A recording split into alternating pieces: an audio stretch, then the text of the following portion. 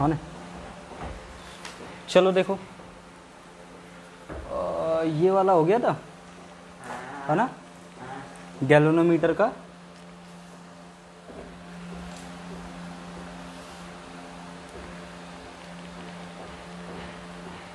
हो गया था ना ये गैल्वेनोमीटर का principle, moving torque, sensitivity of galvanometer, voltage sensitivity वगैरह। चलो नेक्स्ट देखो साइक्लोट्रॉन। देखो सब थ्योरी वाला पार्ट है, पेपर में आया हुआ है। साइक्लोट्रॉन देखो, हाँ वही high electric field AC provide करते, high frequency oscillator, high frequency oscillator. यहां पे क्या है, यहां से हम एक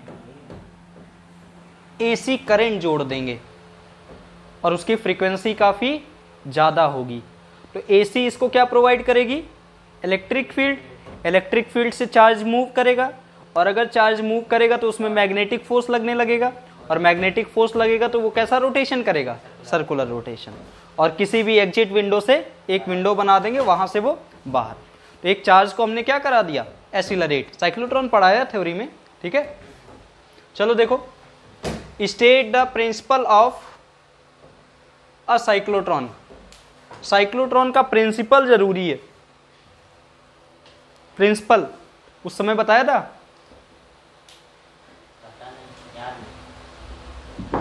देखो सबसे पहला प्रिंसिपल तो यही है कि जब एक चार्ज पार्टिकल मैग्नेटिक फील्ड में मूव करता है तो वो क्या एक्सपीरियंस करता है, फोर्स, जो कि किसके बराबर होता है, F बराबर charge Q V velocity B sine theta, Lorentz magnetic force.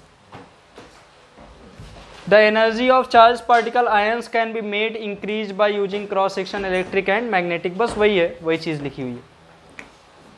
तो ये साइक्लोट्रॉन का डायग्राम हो गया, प्रिंसिपल पता ही चल गया कि एक चार्ज पार्टिकल, इसमें वैसे दो प्रिंसिपल लग रहे हैं। पहला प्रिंसिपल क्या लग रहा है कि इलेक्ट्रिक फील्ड में चार्ज रखा होगा तो फोर्स, और दूसरा लॉरेंज मैग्नेटिक फोर्स। मतलब इसमें दो फोर्स लग रहे हैं, बराबर कौन सा, QE, जो उसको रोटेशन में लेके आता है, और उसके बाद अगर वो रोटेशन में आ गया तो उसमें magnetic force F equal to QEB sine theta. Shape और साइक्लोट्रॉन का सब ये बता दिया था, डी टाइप में शेप होता है। और अगर आपने थ्योरी पार्ट पढ़ा है तो उसमें ये चीज बताई है कि इसमें दो इक्वेशन बनती हैं।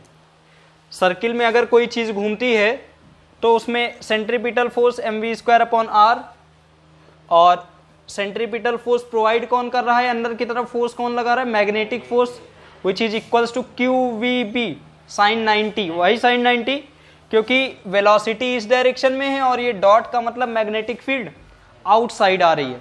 आउटसाइड में साइन थीटा कितना बन गया, 90, और साइन 90 की वैल्यू 1। इन दोनों को सॉल्व करके हमने 5 चीजें फाइंड की थी। सबसे पहला क्या फाइंड किया था, देखो रेडियस अगर बताएं तो कितना हो जाएगा, mv/qb।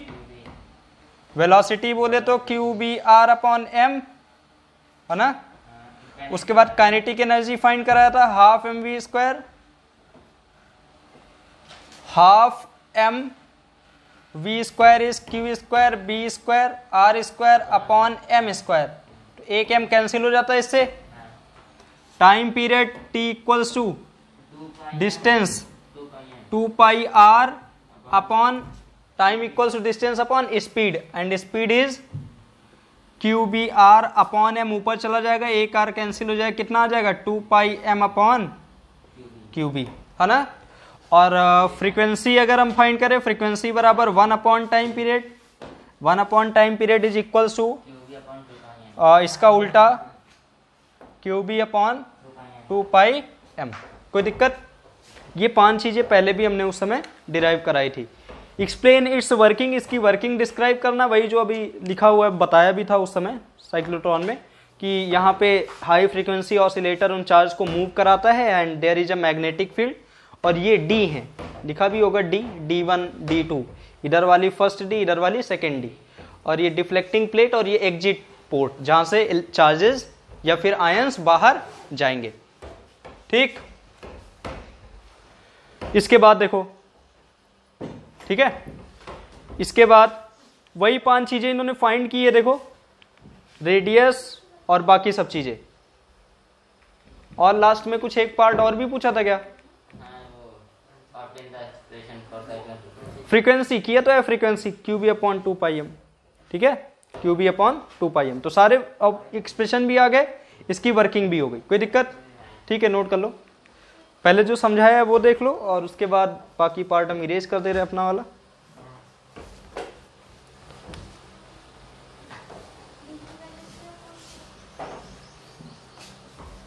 ठीक है, नोट कर लो इसे और पॉज करके नोट करना। ये क्वेश्चन था, है ना, ये उसका सॉल्यूशन। अगर 5 नंबर में क्वेश्चन आएगा तो इतना लिख के और बाकी सब जो हमने 5 चीजें डिराइव की वो डिराइव कर दे। थोड़ा लिखने में कम कर सकते हैं, लेकिन काम कैसे करता है एक बार पढ़ लेना और लिख लेना अपने मन से, शॉर्ट में भी लिख सकते हो। तो ये 5 चीजें और फ्रीक्वेंसी फाइंड कर लिए। ठीक, इतना नोट कर लो। ऊपर वाला ये क्वेश्चन है और ये सॉल्यूशन, इसके बाद ये कंप्लीट सॉल्यूशन। देखो बेटा नेक्स्ट क्वेश्चन,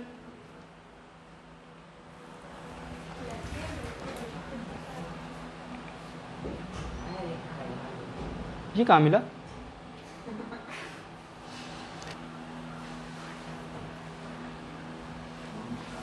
चलो देखो नेक्स्ट क्वेश्चन।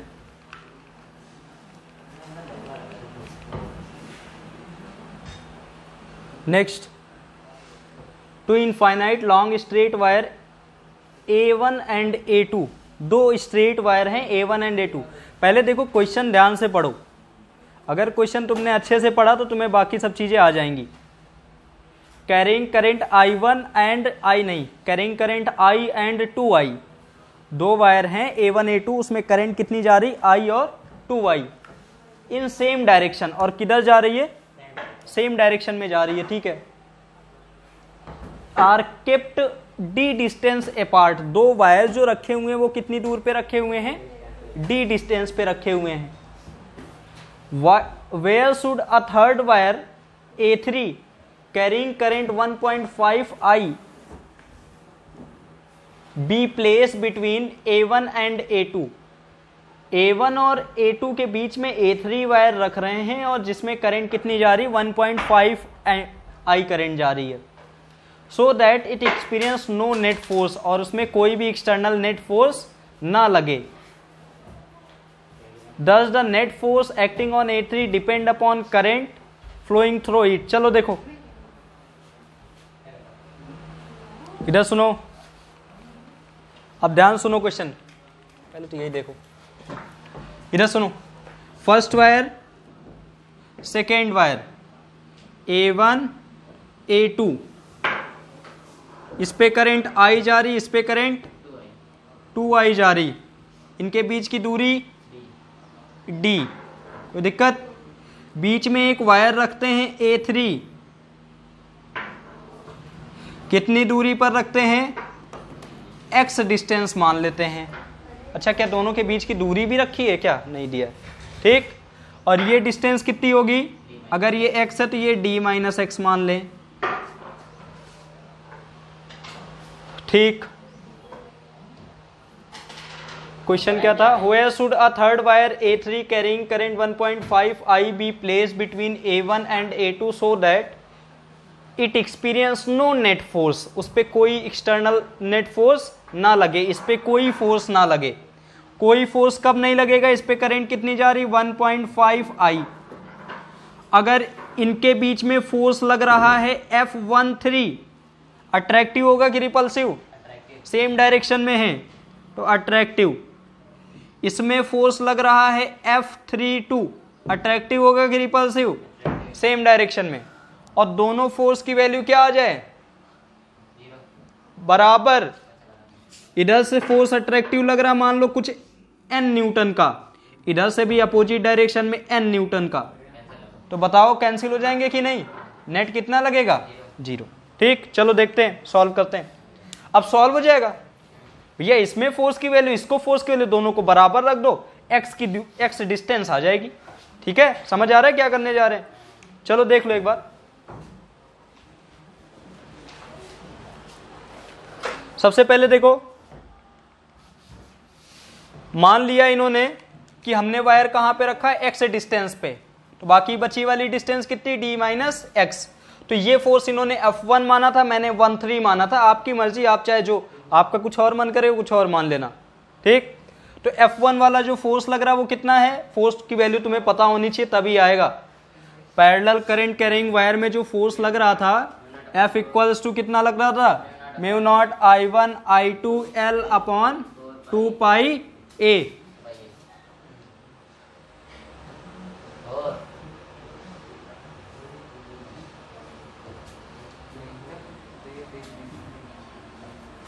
ठीक, ठीक है, रुको इसे फट मारेंगे, सही हो जाओगे भी। चलो सुनो, यहां पे क्या किया, 2 से ऊपर नीचे मल्टीप्लाई कर दिया 4 बनाने के लिए, ठीक है। ये 1 है और ये यहां से करंट कितनी जा रही, F1 में बताओ करंट कितनी जा रही, I, और यहां पे 1.5 I 1.5 I, 2 से ऊपर नीचे मल्टीप्लाई किया है, ठीक है। तो यही है मेन फार्मूला। अगर मेन फार्मूला ये है तो वैल्यू रख दिया हमने, म्यू नॉट अपॉन 4 पाई, 2 से ऊपर नीचे मल्टीप्लाई किया इसलिए 4 बन गया, क्योंकि हमें वैल्यू पता है म्यू नॉट अपॉन 4 पाई की वैल्यू कितनी होती है, 10 टू पावर माइनस 7, बाकी वैल्यू दे दी गई, ठीक। इसी तरह दूसरे वाले वायर में डिस्टेंस यहां पे क्या रखी थी, x, 2 वायर के बीच की दूरी कितनी है, x, यहां पे 2 वायर के बीच की दूरी कितनी है, d माइनस एक्स, तो दूसरे में d माइनस एक्स। दोनों फोर्स बराबर होंगे, नेट फोर्स लगने के लिए दोनों फोर्स को बराबर रख दिया। क्या सॉल्व नहीं कर पाओगे भैया, मैथ चीजें है। आंसर कितना आ जाएगा, d/3, ठीक है। कोई दिक्कत। एक चीज और इन्होंने शायद क्वेश्चन में पूछा था, देख लेते हैं। Does the net force A3, जो A3 में फोर्स लग रहा है, depend on current through it, क्या उस करंट पर डिपेंड करेगा। यहां पे देखो, उस करंट पे क्यों डिपेंड करेगा भाई, क्योंकि दोनों फोर्स तो बराबर है ना, तो इस वाले करंट पर कोई इफेक्ट नहीं होगा, ठीक है। तो डायरेक्टली प्रोपोर्शनल होती ना फोर्स केस में, ये नहीं कह रहे हैं, यहां पे ये कह रहे हैं कि ये थर्ड वाले वायर पे, थर्ड वाले वायर की करंट पर फोर्स का कोई इफेक्ट पड़ेगा, ये वाले F1 F2 का नहीं, F1 नेट फोर्स पे नहीं पड़ेगा। बस वही हम कहने का मतलब ये है, अभी यहाँ पे 1.5 एम्पियर जा रही थी, थोड़ी देर बाद हम 1.5 नहीं 10 एम्पियर लेके जाएं तो क्या इसके फोर्स पर कोई इफेक्ट पड़ेगा, भैया फोर्स ज्यादा लगेगा लेकिन नेट फोर्स तो जीरो ही होगा ना, बस यही चीज बोलने का। तो इस पे कोई फोर्स का इफेक्ट नहीं होगा, आप करंट चाहे जितनी लेके जाएं, कोई दिक्कत, ठीक है। नोट कर लो जो समझाया है पहले वो, उसके बाद ये उसका सॉल्यूशन।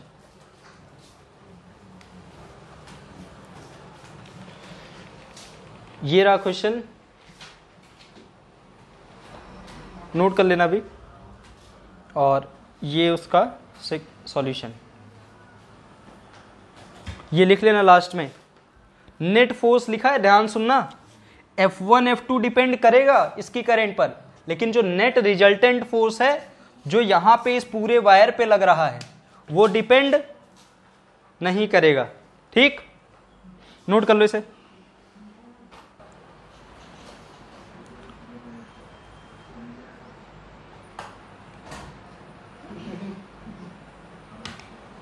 क्या है, और क्या है, नेक्स्ट क्वेश्चन देखो। यूज बायोसेवर्ट लॉ, सुनो इधर, बायोसेवर्ट लॉ का यूज करना है, derive the expression for magnetic field in vector form, और हमें मैग्नेटिक फील्ड को वेक्टर फॉर्म में डिराइव करना है at a point on a axis of current loop. याद करो हमने ये कराया है तुम्हें, जब बायोसेवर्ट लॉ के 3 एप्लीकेशन कराए थे। कौन कौन सा कराया था, स्ट्रेट वायर कराया था, दूसरा सर्कुलर कॉइल कराया था, थर्ड नंबर पे एक्सिस ऑफ सर्कुलर कॉइल कराया था, वही तुम्हें डिराइव करना है।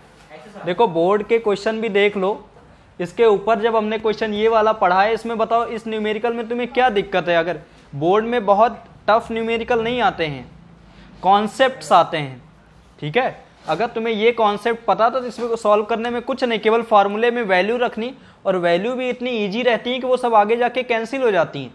भैया यहाँ पे आई और 2i और 1.5i दिया था, इनको सॉल्व करने में कभी दिक्कत होगी? तो कैलकुलेशन सीबीएसई कभी नहीं मांगता, ठीक है। आपके कॉन्सेप्ट, आपका दिमाग कितना चल रहा है वहाँ पे, ये चीज़। और स्टेप मार्किंग भी होती है। अगर आपने सब कुछ किया, मान लो आप सॉल्व ना कर पाए, या फिर मान लो कोई टफ कैलकुलेशन होता और लास्ट में आपकी वैल्यू थोड़ा सा गलत आती, लेकिन आप आखिरी तक आंसर सही लिख के आते, तो आधा नंबर आपका कट जाता, बाकी पूरा मिल जाता, ठीक है। यहाँ पे देखो नेक्स्ट क्वेश्चन, यहाँ पे भी देखो डेरिवेशन पूछा गया है। तो कौन सा है? बायो-सेवर्ट लॉ पहले तो बताना है, यूजिंग बायो-सेवर्ट लॉ बताना नहीं है।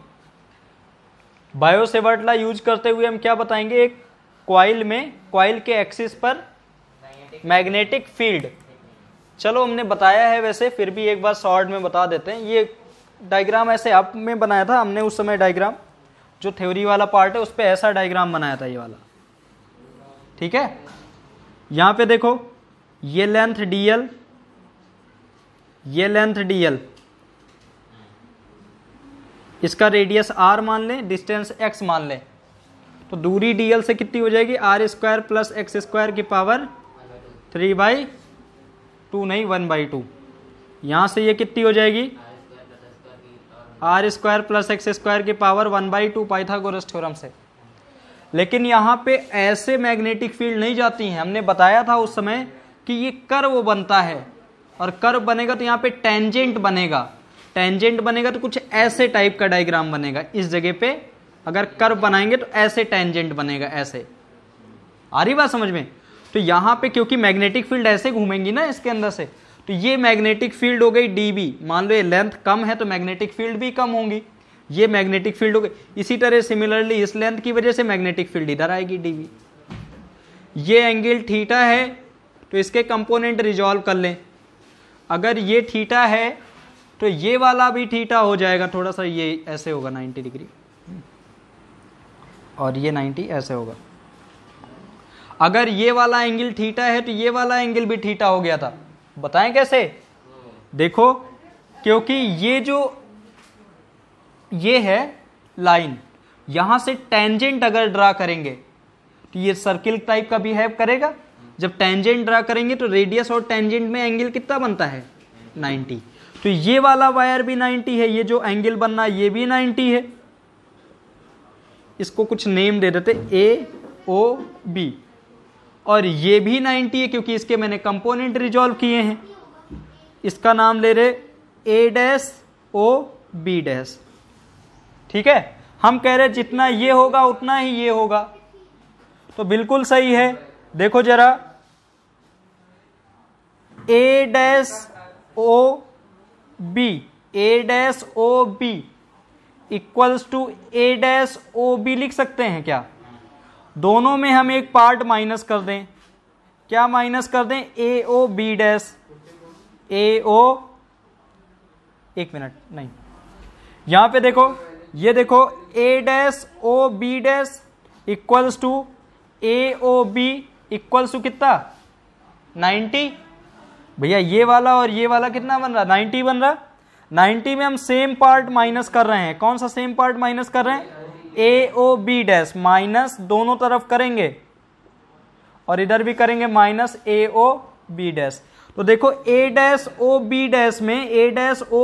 में अगर ये वाला पार्ट माइनस कर देंगे तो क्या बचेगा? AOA बचेगा। AOA इक्वल्स टू, यहां पे देखो AOB में अगर हम AOB माइनस कर देंगे, AOB माइनस कर देंगे तो क्या बनेगा? BOB। हम भी तो ये कह रहे हैं जितना ये एंगल है उतना ये एंगल है, वही चीज तो यहां बता रहे हैं। ठीक है, कैसे आया ये चीज यहां पे बता दी।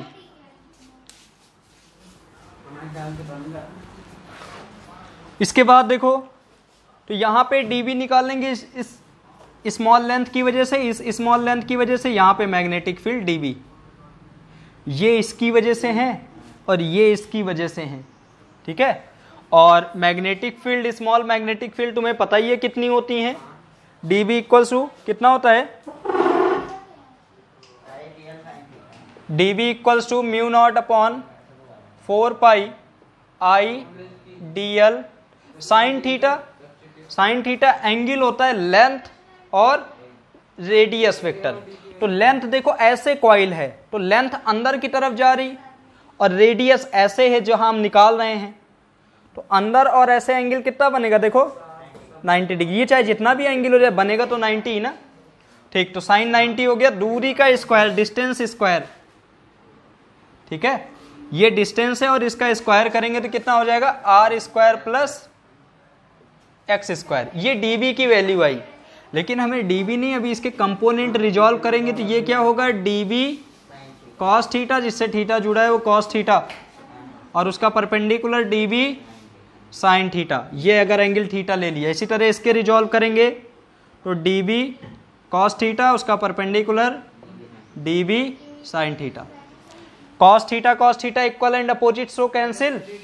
तो हमारी जो नेट मैग्नेटिक फील्ड है वो क्या होंगे, इंटीग्रेशन, किसका इंटीग्रेशन, dB sin थीटा। अच्छा दो बार क्या लिख दें क्या, एक ही में हम पूरा इंटीग्रेट कर देंगे। लेट सपोज 2 पाई आर नहीं करेंगे हम, चार्ज के रिस्पेक्ट में करना चाहते हैं, अगर कर सकते हैं तो ठीक है। अगर लेंथ में करोगे तब भी कोई गलत नहीं आएगा, सही आएगा, ठीक। तो यहाँ पे चलो लेंथ में ही कर लेते हैं। इसकी पूरी लेंथ कितनी है 2 पाई आर, एक ही में 2 पाई आर ले लेंगे तो dB की वैल्यू कितनी आ रही, mu not upon 4 pi I dl R square plus x square. और साइन थीटा, साइन थीटा बराबर क्या होता है, परपेंडिकुलर अपॉन हाइपोटेन्यूस। परपेंडिकुलर कितना है r, हाइपोटेन्यूस कितना है r square plus x square की power 1/2, r upon are square plus x square की पावर 1/2। अब इसको इंटीग्रेट कर दे जीरो से लेके कहां तक 2 पाई आर, किसके रिस्पेक्ट में इंटीग्रेट करना है, लेंथ, एक ही लेंथ को पूरा इंटीग्रेट कर दे। Net magnetic field equals to mu not upon 4 pi और ये आई, ये r square plus x square की पावर 3/2 है ना, 1 और ये कितना हो जाएगा 3/2।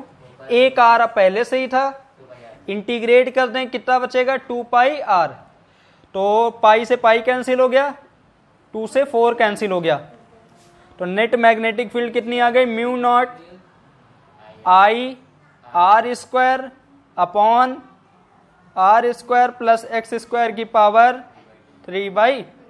कोई दिक्कत, ये आपका बेसिक फॉर्मूला, ठीक है।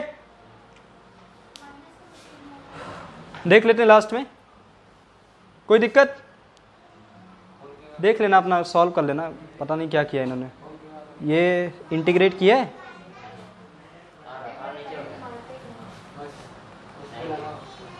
बाद में किया है, सही है।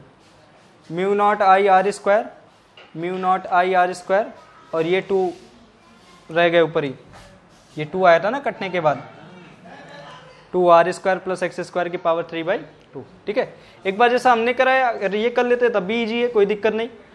एक बार ये पॉज करके नोट कर लो, या फिर एक तरीका और है, जो तरीका क्या है, तरीका वही यूज किया, बस लिखने का मेथड थोड़ा सा चेंज हुआ है, या फिर इनका वाला कर लीजिए। डायग्राम इन्होंने ऊपर बनाया, उससे कोई फर्क पड़ेगा नहीं। तो ये क्वेश्चन है और इसका सॉल्यूशन,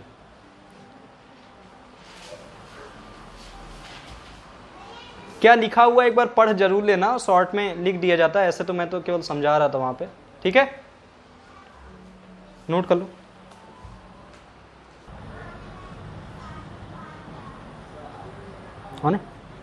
देखो next question, why it is necessary to introduce a cylindrical soft iron core inside the coil of galvanometer. Galvanometer बनाए हो ना, जब गैल्वेनोमीटर बनाए हो तो वहां पे देखो ऐसा कुछ बनाया था, ये रेडियल मैग्नेटिक फील्ड, याद है।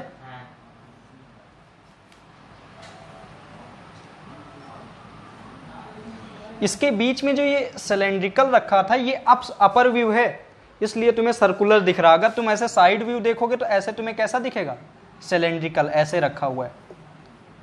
ठीक, तो ये साइड व्यू है, ये अपर व्यू है।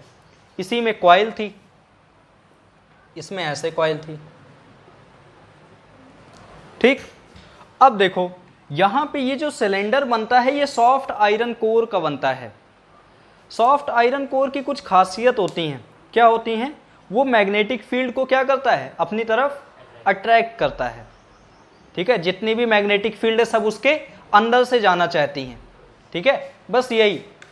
Y is necessary to introduce a cylindrical soft iron core inside. अगर सॉफ्ट आयरन कोर मान लो न यूज करते, कोई ऐसा मटेरियल यूज करते जो डायामैग्नेटिक टाइप है, जो मैग्नेटिक फील्ड को रिपेल करता है, तो मान लो यहाँ पे मैग्नेटिक फील्ड आती, कुछ रिपेल हो जाती, ऐसे बाहर से चली जाती। आ रही बात समझ में? अगर मैग्नेटिक फील्ड बाहर से चली जाएगी तो उसकी स्ट्रेंथ मैक्सिमम हो पाएगी? नहीं। तो उसकी स्ट्रेंथ को मैक्सिमम बनाने के लिए हम क्या यूज करते हैं, सॉफ्ट आयरन कोर।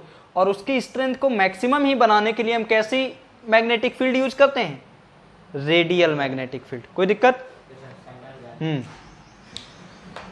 तो बस देख लो, on introducing a soft iron cylindrical core the magnetic field become more radial मतलब सारी की सारी सेंटर से, एंड इट्स स्ट्रेंथ इंक्रीजेज, और इसकी स्ट्रेंथ क्या होती है, इंक्रीज होती है। ठीक, इसके बाद increasing the current sensitivity of galvanometer may not necessary increase the voltage sensitivity give reason. Increasing the current sensitivity of galvanometer may not necessary increase the voltage sensitivity give region। चलो देखो, पहले तो current sensitivity और voltage sensitivity का formula आना चाहिए। ये है करंट सेंसिटिविटी और ये वाला है वोल्टेज सेंसिटिविटी। देख लो एक बार, चेक करो।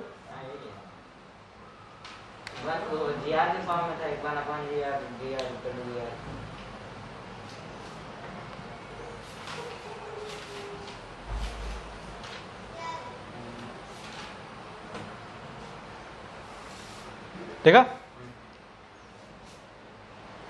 यही है ना, हम लोगों ने किस पे कराया था, जी में कराया था। यहाँ पे क्या लिखा था, जी। इसको तो नहीं, ये तो के है। इसकी जगह जब करंट सेंसिटिविटी फाइंड किया था, सी एस बराबर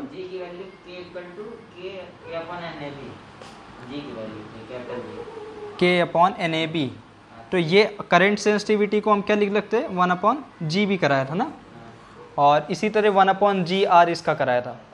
चलो देख लो इसका आंसर। अगर हम करंट सेंसिटिविटी इंक्रीज करें तो जरूरी नहीं वोल्टेज सेंसिटिविटी इंक्रीज हो। क्यों? देखो, जैसे ही हम करंट सेंसिटिविटी इंक्रीज करेंगे तो करंट सेंसिटिविटी कौन कौन सी चीजों पर डिपेंड कर रही, हाँ बस पहले तो इसी पे याद रखो, किस पे इंक्रीज कर रही, G is a resistance of galvanometer, वो अपोजिशन जो गैल्वेनोमीटर में प्रोवाइड होता है। अगर हम रेजिस्टेंस बढ़ा देंगे करंट सेंसिटिविटी ज़्यादा करने के लिए, अगर हम यहाँ के रेजिस्टेंस को इफेक्ट करेंगे तो वोल्टेज भी इफेक्ट होगा कि नहीं होगा? क्योंकि इसका फार्मूला क्या होता था, 1/g/r। ठीक, तो इसका मतलब अगर आपने इसको चेंज किया है तो जरूरी नहीं ये चेंज हो। आ रही बात समझ में? ऑफ करो तो। ठीक है, चलो देखो यहां पे, जैसे ही हम गैल्वेनोमीटर, मान लो करंट सेंसिटिविटी तुम्हें बढ़ानी है, तो करंट सेंसिटिविटी बढ़ाने के लिए तुम्हें एन चेंज करना पड़ेगा। एरिया तो चेंज नहीं, मान लो करना भी पड़े तो कोई दिक्कत नहीं, तुम्हें एन चेंज करना है।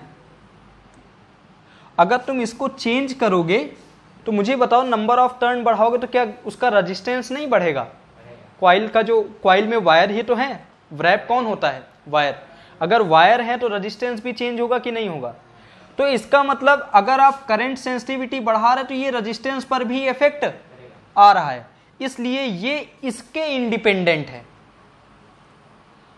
जैसे ही आप ये चेंज कर रहे हैं तो ये डिपेंड नहीं करता। क्यों डिपेंड नहीं करता? क्योंकि रेजिस्टेंस भी चेंज हो जा रहा। तो रेजिस्टेंस भी चेंज हो जाता है, तो ये उसके सेम आ जाता है। ठीक है, नोट कर लो, नोट लिया, ये लिख लो, इसको हम हटा दे रहे हैं। ये लास्ट वाले पे कंफ्यूजन नहीं रखना, ये यही चीज बता रहे हैं कि अगर आप करंट सेंसिटिविटी चेंज कर रहे हैं तो उसी के अकॉर्डिंग रेजिस्टेंस भी चेंज होता है, और रेजिस्टेंस उसी प्रोपोर्शन में चेंज होता है जैसे नंबर ऑफ करंट सेंसिटिविटी ज्यादा कर रहे हो, मान लो यही है voltage sensitivity, number of turn ज्यादा कर रहे हो तो रेजिस्टेंस भी तो ज्यादा होगा, रेजिस्टेंस भी ज्यादा होगा, दोनों प्रोपोर्शन में है कि नहीं, बैलेंस हो जाएंगे, बैलेंस हो जाएंगे तो वोल्टेज सेंसिटिविटी डिपेंड करी नहीं करी। आ रही बात समझ में? नंबर अगर आपको चेंज करना है, मान लो करंट सेंसिटिविटी बढ़ानी है तो एन की वैल्यू बढ़ानी पड़ेगी, ठीक है, करंट सेंसिटिविटी बढ़ गई, लेकिन यहां पर अब वोल्टेज सेंसिटिविटी पे आ जाओ, एन की वैल्यू जैसे ही आप बढ़ाओगे रेजिस्टेंस भी तो बढ़ेगा, जितना बढ़ाओगे उतना रेजिस्टेंस बढ़ेगा, तो ये प्रोपोर्शन है कि नहीं? इसका मतलब ये क्या कर रहा, नीचे रेजिस्टेंस भी बढ़ रहा तो वो चीज क्या हो रही है, बैलेंस। तो क्या वोल्टेज सेंसिटिविटी पे कोई इफेक्ट आएगा? जितना ऊपर बढ़ा रहे उतना नीचे बढ़ा रहे, नीचे 6 था, नीचे 6 था, 1 था तब भी, ऊपर 10 हो गया, नीचे भी 10 हो गया, अब भी तो 1 ही है ना, ऊपर 50 हो गया, नीचे 50 कर दिया, कर नहीं दिया, मतलब रेजिस्टेंस भी बढ़ गया 50, तो है तो वही प्रोपोर्शन ना, इसमें भी 1, इसमें भी 1, इसमें, तो वोल्टेज सेंसिटिविटी क्या डिपेंड कर रही है? नहीं कर रही। बस यही पार्ट था इस पे, ठीक है, नोट कर लो, ये सही क्वेश्चन है, ऐसे डायरेक्टली समझ नहीं आता है, नोट कर लो, ये क्वेश्चन था और ये उसके सॉल्यूशन, ठीक है। ये कौन सा ईयर चल रहा है?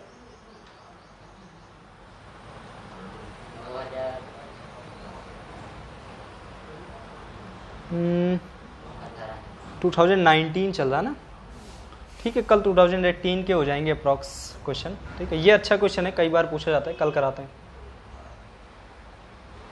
ठीक है, नोट कर लो, ये इधर ये क्वेश्चन है और ये सॉल्यूशन, नोट कर लेना, पॉज करके नोट कर लो।